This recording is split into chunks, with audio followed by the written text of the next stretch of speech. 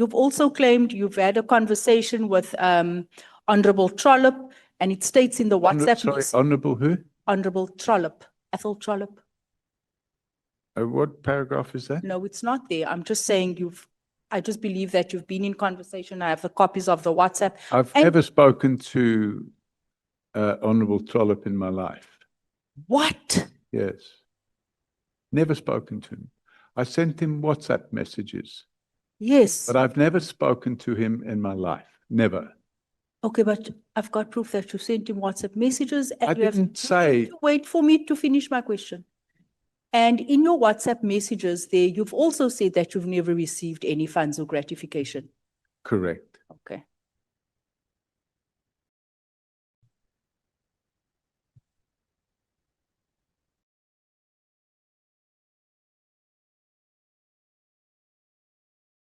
Mr. O'Sullivan. Ik weet nie eens of ons jou moet verder question hier vandag. Chair, can I ask the honourable member to use English? Okay. Chair, in my possession, our internal memorandum dated the 7th of May 2007 and subsequent proof of payment dated the 16th of May 2007, reflecting a payment of 100,000 Rand to Mr. Paul O'Sullivan, originating from the slush fund. Mr. O'Sullivan, request for an advance from the DSO confidential funds, right, for work pertaining to the Kretschner case that you mentioned. Wag nou eers, Mr. O'Sullivan. Here's the application. Mr. O'Sullivan, here is the check made out to you. 100,000 from the very root of all evil that you have received when you came here telling us that this is the root of, you too have benefited from the manna of heaven. Not true. Not true. Not true. Mr. Sullivan, and I can provide this request for advance reimbursement. Here's the application. Here's the money you've deposited into your net bank account. Can I answer, or are you going to carry on talking? May I? I'm showing you the proof. You're not showing me the proof. I can't. No, Mr. Nkabinde, when he was here in the committee, he read out a text being threatened by you. Why did you do that? I didn't. You didn't want Mr. Nkabinde to talk to us. Why? What were you afraid of? What was the reason of threatening Mr. Nkabinde, the chief of staff of the former or the current minister, whatever? Chairman, how do I know when? How do I know when I can answer the question? Because I'm getting like 5 or 6 questions. Bang, bang, bang, bang. Can I just get a question? One question at a time. Listen here, Mr. Paul Robert O'Sullivan and Honorable Sokanyil. Honorable Sokanyil, may you look at me, please. Don't confuse my witness. Don't. If you want to ask him a question and look at him to respond. If you want to make a follow-up, make that follow-up. Because I can tell you, you confused him with that long statement. Yeah. Sorry. You have said so many things. What is the question? Do you want to ask him about the SMS that he sent Nkabinde, or do you want to ask him about his involvement at IPID?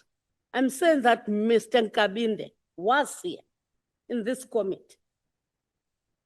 He read out a message that you threatened him.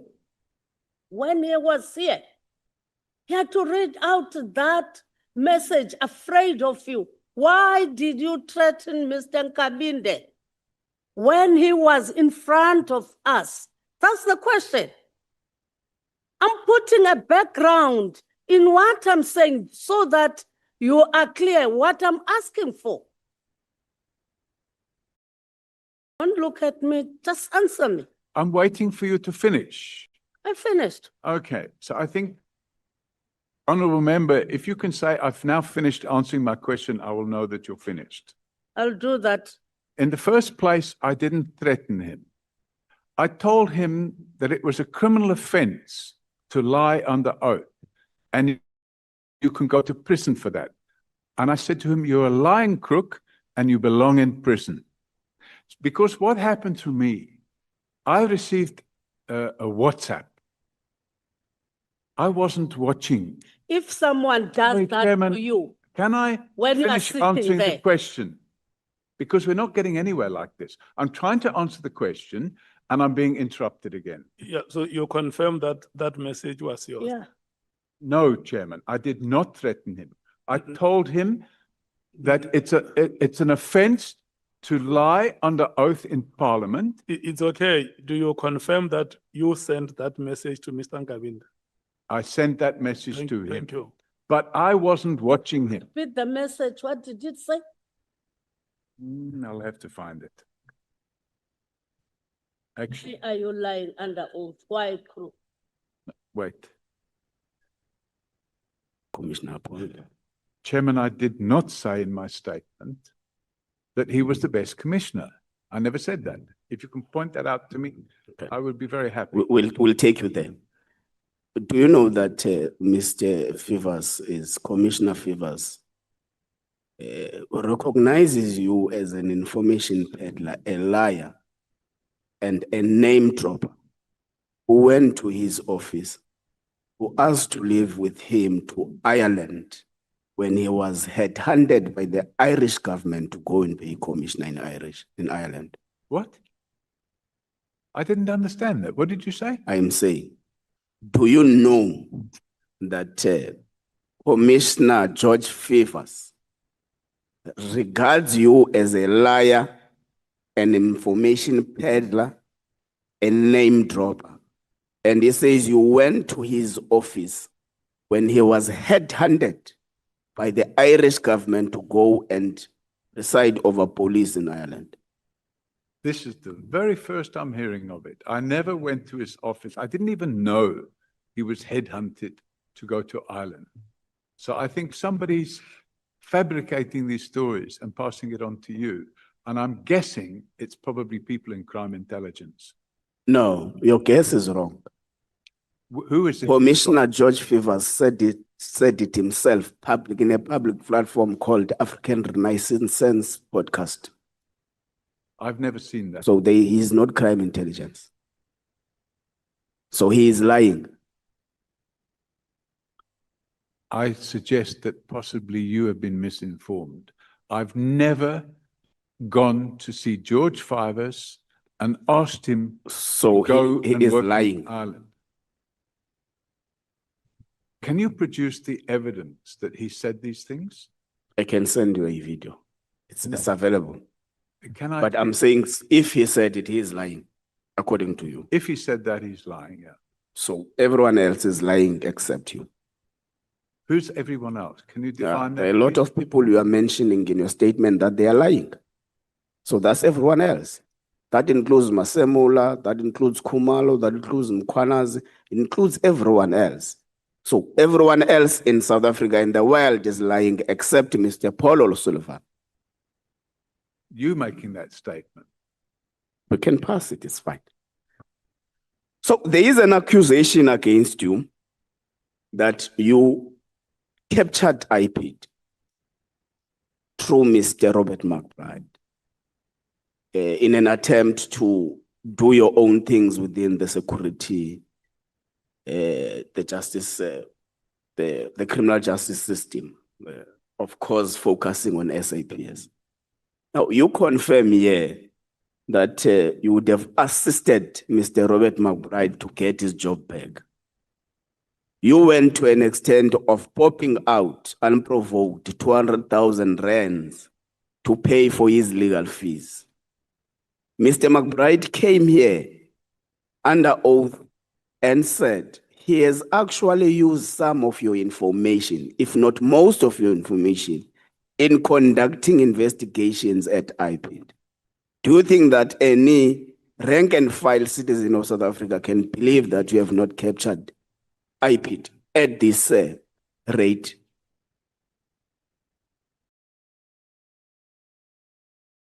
I can state categorically on the record, Chairman, that I did not capture IPID.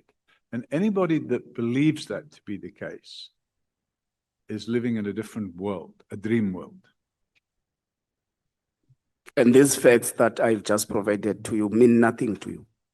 Which facts? The Chairman? facts that under oath, Mr. McBride said he has used a lot of information to conduct investigations at IPID.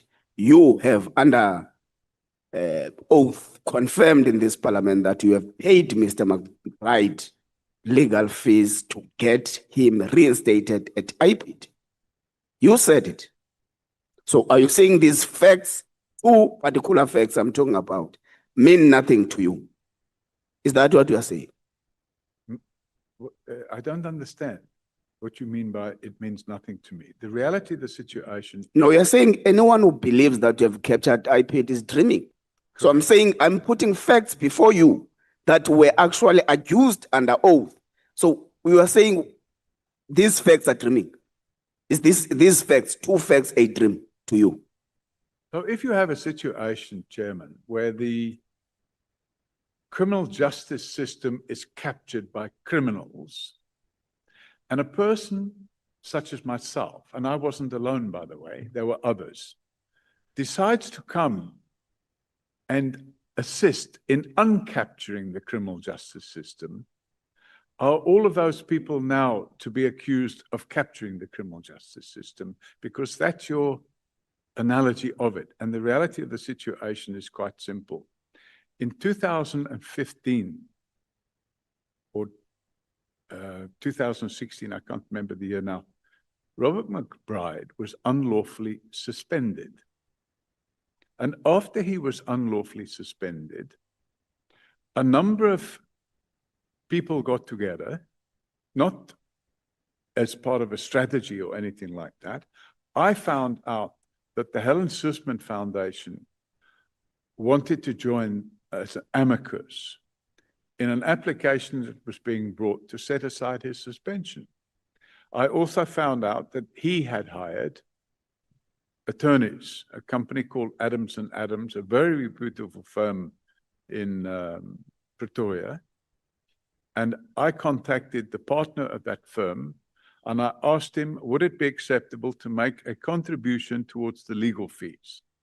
I didn't ask for anything in return. What I wanted to see was McBride back in his job.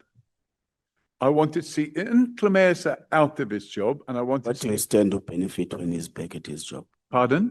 What do you stand to benefit when he is back at his job? What do I stand what? Benefit when he is I don't back stand at to his job. benefit anything.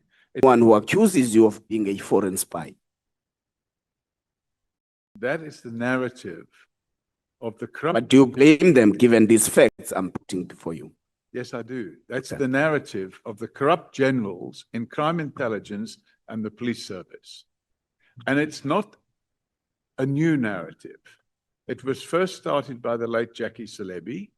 It was peddled again by General Pashlani, and it's been peddled recently again by General Pashlani and by his comrade Cedric Nkabindi, and it was peddled again in this house by General Mkhwanazi. So there's this strategy to discredit the good work I've done in this country over the last 36 years.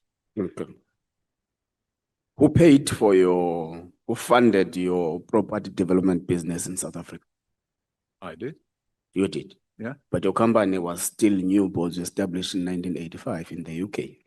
No, Chairman. So are you saying there must you amassed necessary profit to restart a property development business in a foreign country? Before I came to live here, Chairman, I'd made property investments here. And those property investments were made with cash from the UK because I was busy with property developments there and I made a profit. Okay. And in 1989, when I applied for permanent residence, I was granted approval, and that approval enabled me to bring in funds for further investment, and that's what I did. Okay. Should you not ask Honorable James to bring us more proof of payments? Pardon? No, let's leave it. It was on a lighter note. It's sarcasm. No, it's not. It's not. I was just asking if we can ask Honorable James to bring more proof of payment. Now, you speak about also the fluctuating budgeting of both the PKTT and the crime intelligence Sorry, I'm the fluctuating what? budget. That it was 93 million at some point, and I had no knowledge, Chair, of the budget of PKTT. I never, in fact, I didn't even know of the existence of PKTT until the 6th of July last year. okay. So you have no comment whether it was appropriate at this stage to disband it or not. No knowledge whatsoever. I knew nothing. As I said, I didn't even know of the PKTT. I had no knowledge of it whatsoever. I had no knowledge and still don't have any knowledge of the budget and what they do. Only what I've seen in the media since the 6th of July last year. Okay. Admonishing him for inciting violence against What me, page? page 50, paragraph 146. 140, yep. No, 145, you mean? 146, Okay. Oh, yes. paragraph 146. Mm. This is what you are saying, open quote. General Mkwana's supporters in parliament, instead of admonishing him for inciting violence against me, quickly leapt up his lies and opened the door to two other criminals to come and lie to parliament, thereby reinforcing his lies, close quote. Who are supporters of General Mkwana's in parliament? Can you list them for us, please?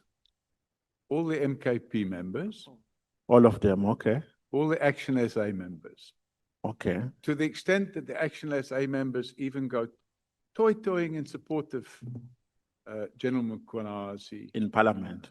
No, they don't toy-toy in Parliament. They toy-toy on the street outside of his office with big placards saying, hands off General Mkhwanazi. So what they do is they generate their own bias there. And MK Party have also come out in support of General Mkhwanazi. So, you know, are you now saying you don't support General Mkhwanazi? So Sorry. you are saying? Are you now saying you don't? No, you are support not General going to ask me questions. I am the one who's asking you questions. Oh. This is not funny. I have no business of making jokes with you. I'd just like to get the I'm fact, doing my because job here. You're asking me. And about then the you go on to say, two other criminals. Okay, you are saying we opened the door. Okay, you are saying these people opened the door to two other criminals to come and lie to parliament. Who are those two criminals? named here. Yeah, who are they? I want you to state them on record. Nkabindi, So Ngabinde is a criminal. absolutely. And who? Pashlane, Patlane is a criminal. absolutely. Was Patlane ever evicted in a court of law? Ever what? Evicted. You mean convicted? Yes, I mean convicted, sorry. Convicted and sentenced. No, Was he ever convicted and sentenced? he will be. No. Was he ever convicted and sentenced in a court of law? Not yet, but he will be. So do you make it a norm to go around intimidating people and even to the extent of attempting to extort people like General Patlane, people like General Masemula, the list goes on, the attorneys for Krecha, the Amapungane journalist, why do you do that? I mean, I've got text and text of messages that you sent here to General Patlane. He came before us and he gave evidence that you have been threatening him. Amongst the things you said, if you do not take action against Munu now, I'm turning my attention back to you. You fix Munu and Kresha, I will lose interest in you. If you don't, I'll be all over you like a bag-fitting suit. Hey, Patlane, if you think this is a dream, you better wake up. At some point, you, who did you call? It was Mr. Duplessis. I think, Mr. Du Plessis, you said, high scum, where is it now? But I think you get the general sense. And I mean, we've got the evidence also from Mr. Ngabinde. What is happening here, Mr. O'Sullivan? Well, I suppose one could say that conduct might not be as professional as it could be. But when you're dealing with corruption and criminals, and there was no doubt in my mind by that stage that I was, that's the way it would work. And I've got somebody, for example, trying to kill me. And I'm using as an example, you talk Radovan Krejci's attorneys. Obviously, they weren't trying to kill me, but their client was. In fact, I think there were 6 or 7 multiple attempts where he tried to have me murdered. And I've got sworn statements to that effect. And the attorneys were protecting him. And the attorneys were making false allegations against me. Sorry, Mr. O'Sullivan, but you see, to General Patlane, you say you will do as I please, as I want, otherwise I will turn my attention to you. Is that not extortion? No, I don't think that's what I said. I think I said what you need to do is take action. So what was happening at that time? No, you said you fix Munu and Kresha and I will lose interest in you. If you don't, I will be all over you like a bag-fitting suit. So did you not then go out and manufacture all these allegations against Patlane so that you could be the bag-fitting suit? No, I didn't. And you don't think this was extortion either? No. Okay. Because I'm going to run out of time, I want to move to this final one. It was one of your emails also to General Patlane. You said to them in an email as far back as 2016, and finally, I should mention that I have now formally notified the British and the US Secret Services that the leadership of SAPS is knowingly supporting Al Qaeda by protecting Al Qaeda money laundering in South Africa. As your systematic corruption-driven failures are a threat to the Western world. Enjoy your weekend, Munu, and don't any of you or your accomplices dream of taking unlawful action against me. You'll wake up in a nightmare. Now, you have been pains to tell us that you left intelligence services, but in this email, which was 5th February 2016, I think I've seen, does this not demonstrate that you still have ties with British intelligence services? No, because in fact, you can go online now and you can file a report. You can go online and file a report, for example, that whole media conference was intended to create the impression that there was a faction war. When I say war, a faction fight between I would class as the Mkhwanazi team on the one side, and that team would have included General Masemola and General Khumalo, and the other team on the other side was, according to General Masemola, according to General Mkhwanazi, included General Sabia, the head of IDAC. I don't remember the names, but he said certain judges and prosecutors who were in the pocket of a big 5 cartel. And I formed the opinion that this was a whole distraction.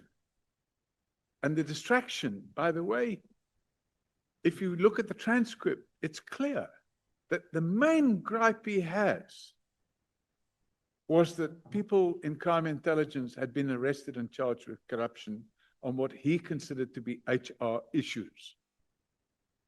And I saw this whole media conference as being a red herring to distract everybody's attention away from the ongoing theft of public funds from the crime intelligence slush fund. And in order to do that, we create chaos. What is the purpose of having the whole of the senior management? If you're going to have a media conference, why do you need the whole of the senior management of the KZN police?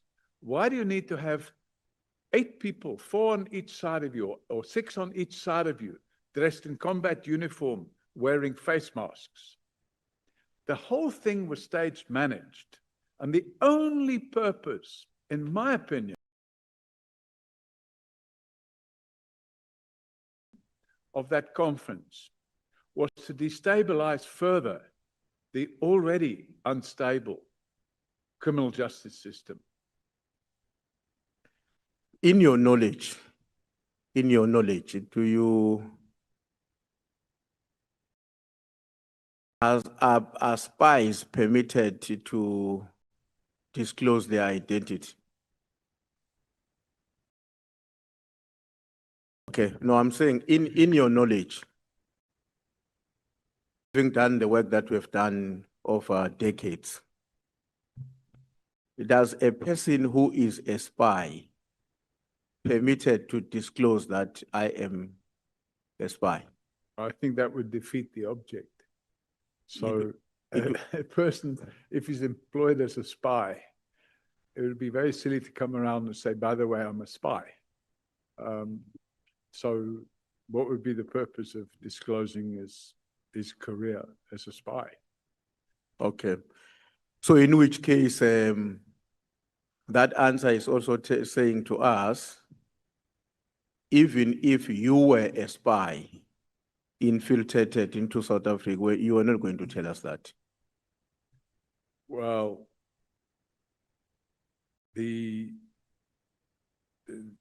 if what you're saying is true, then you would be right. But I can't imagine for the life of me that a person could be a spy for 36 years and get involved in the charitable activity that I've been involved in and all the other things that I've been involved in. Yeah. And for the record, this is exactly what the late Jackie Celebi said, is that I was a spy. Now, if I was a spy, let's just take a hypothetical position. If I was a spy, after Jackie Celebi had exposed me for being a spy, wouldn't I then have been recalled and said, oh, he's been exposed, let's get him out of there? They call it an extraction. And then, unfortunately, it wasn't just Jackie Celebi either, because General Pashlani came along and said exactly the same thing. And that was 10 years ago. And now we have General Mkhonasi alleging exactly the same thing. So it seems to me that it's like every 10 years, there's an allegation that I'm a spy. And it's clear that if I am a spy, I'm a very bad one, because I've allowed everybody to tell every 10 years, there's a whole big lot of media attention on the fact that I'm a spy. So I can categorically state that I am definitely not a spy. Did they intervene to stop you from fighting corruption? The then Minister of Intelligence was a chap by the name of David Mkhobo. And what did you do? So we had all these police officials that were attacking me at the time. And they said that they're bringing all these criminal charges against me. And in fact, I was unlawfully arrested and charged. And I was held with my handcuffs behind my back. And I was told, you're going to spend the rest of your life in prison. This is going to happen. That's going to happen. And then when they start bringing all these criminal charges, General Mokateri told me to my face, we're prepared to cut a deal with you. I've discussed it with the prosecutor. If you give up your citizenship and pack your bags and leave South Africa, we'll drop all the charges against you. So that kind of explains what the motive was going on. So I decided to start the process to try and get evidence of this conspiracy. So we asked them to put it in writing. But before it was put in writing, they didn't put it in writing. But before that, I said, okay, well, let's have a meeting then. You have a meeting with my attorney. And my attorney went to a meeting, and my attorney was told in no uncertain terms that the Minister of Intelligence wanted this to happen, and it had to happen very quickly, that I must be out of the country. So, and it wasn't just the Minister of Intelligence either. It was the Minister of Police. The Minister of Police was also involved. Who was it, you remember? Is it, I might make a mistake and then I'll be accused of naming the wrong person. So the Minister of Police at the time at which Minister David Mashaw was a Minister of State Yes, in Security, so it's the 2017. minister at that time. Yes. Would I Okay. be correct in saying clerk or? Okay. Well, I may not Yeah, I remember as can't well, remember. but I get your point. I am really, really, really battling now. Chairman, Soviet, I'm in a lot of pain. I've really been as good as I can, but I don't think I can go on any longer because I am in a tremendous amount of pain.